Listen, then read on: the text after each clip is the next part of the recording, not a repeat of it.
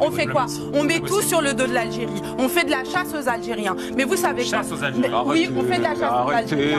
L'Algérie, matin, midi et soir. On a sur notre sol français la plus grande diaspora, ce sont les Franco-Algériens. 6 millions de Franco-Algériens.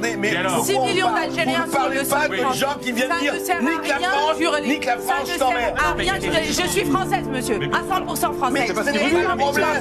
Mais vous parlez pas des gens qui vous disent dans les vidéos nique la France. Mais bien sûr que oui, j'en parle. Bien sûr que oui. Il faut les renvoyer chez eux, ceux-là. Et avec une diplomatie. Mais ça veut dire quoi avec une diplomatie? Il faut reprendre le dialogue. Il faut reprendre le dialogue.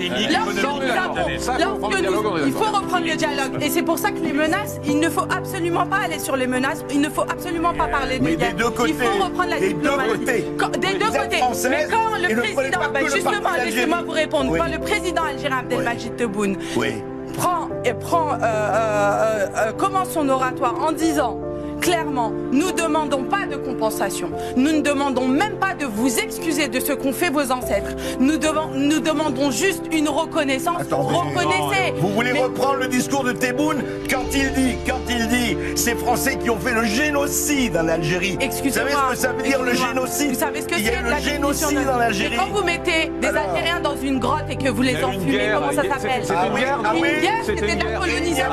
Il n'y a pas eu de Français qui ont les couilles coupées et dans le vent. Enfin, c'était des deux côtés. Vous parlez d'un peuple qui est politisé. Vous parlez constamment de junte militaire. Mais j'ai envie de vous dire, s'il y a un général en Algérie, c'est tout le peuple. La Constitution commence par le peuple. D'accord. Pour le peuple.